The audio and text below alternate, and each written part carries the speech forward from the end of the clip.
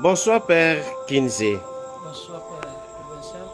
Aujourd'hui, l'Église célèbre la journée mondiale de prière pour les vocations. Vous êtes prêtre.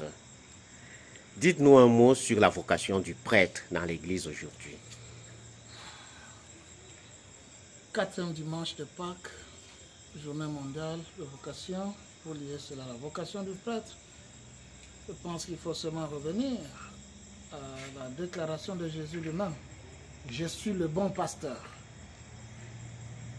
Le bon pasteur qui connaît ses brebis l'écoutent et il leur offre la vie éternelle. C'est cela le ministère du prêtre. Le prêtre est appelé à reproduire le Christ dans sa vie, à faire en sorte que la porte de la vie éternelle s'ouvre pour tous ceux qui écoutent la parole qu'il annonce. À mon avis, c'est cela. Le pasteur par excellence, c'est le Christ, et le prêtre est appelé à agir au nom du Christ pour que les brebis du bon pasteur découvrent la vie qu'il leur donne à travers le ministère qu'il exerce. À mon avis, c'est cela. Merci beaucoup pour cette réponse. Alors, une dernière question. Aujourd'hui, nous sommes dans une église en crise. Y a-t-il encore nécessité de prier pour les vocations pour une église en crise? La crise dans l'église, la première crise d'abord, c'est la crise de bon berger.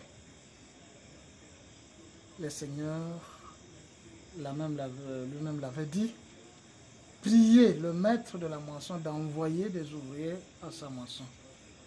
Et je pense que les vocations que nous accueillons, que nous accompagnons, doivent être comprises comme réponse de Dieu à la nécessité d'avoir des pasteurs.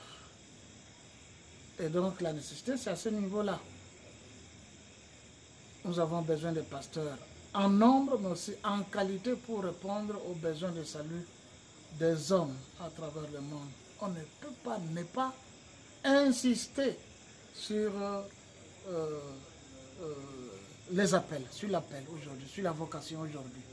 Nous prions chaque jour, comme le Maître nous l'avait recommandé, et lorsque nous accueillons en tremblant, dans la foi, pour que ces vocations aillent jusqu'au bout et deviennent des instruments par lesquels la miséricorde de Dieu doit atteindre le cœur des hommes. Voilà la nécessité. Quel que soit le niveau de crise, et crise, il y en a. On crie la crise, mais au milieu de la crise, il faut toujours voir la main de Dieu. La crise, c'est exactement un moment de rebondissement, un moment de grâce, un moment où nous ne devons pas fléchir, nous ne devons pas croiser les bras. Il faut répondre. Et d'ailleurs, la crise commence quand? Depuis le temps des prophètes. C'est en des situations de crise que Dieu suscite les prophètes pour qu'ils aillent annoncer sa volonté. Aujourd'hui, nous traversons diverses crises multiformes, multisectorielles, multidimensionnelles, mais au milieu de cette crise, la parole de Dieu ne doit pas se taire. Le pasteur, le prêtre, le missionnaire ne doit pas se taire, les religieux ne doivent pas se taire. Ils doivent annoncer l'espérance. Et l'espérance au cœur de la communauté des croyants. Nous, Église, nous sommes en marche, ensemble, comme ne cesse de le rappeler le pape, ensemble, comme communauté en marche vers notre patrie céleste. Nous aimerions qu'il y ait beaucoup de gens qui, au cours de cette marche, suscitent toujours l'espérance dans les cœurs du peuple de Dieu et que, au terme de notre marche, nous puissions tous contempler le Seigneur tel qu'il est. Merci Père pour toutes ces belles réponses.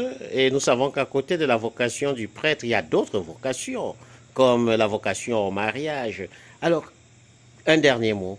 Que dire à la jeunesse concernant les vocations? La jeunesse, les jeunes sont les perles de l'Église, les pierres précieuses, la matière grise dont l'Église a besoin pour continuer la mission qu'elle a reçue de son Seigneur. Les jeunes ne doivent pas avoir peur. Déjà, nous sommes nombreux à l'intérieur de l'Église, nous sommes nombreux qui prions pour les jeunes.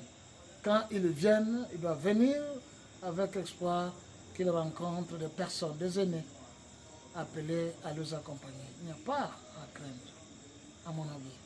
Merci, Père. Merci beaucoup, mon Père. C'est à moi de vous dire merci, merci.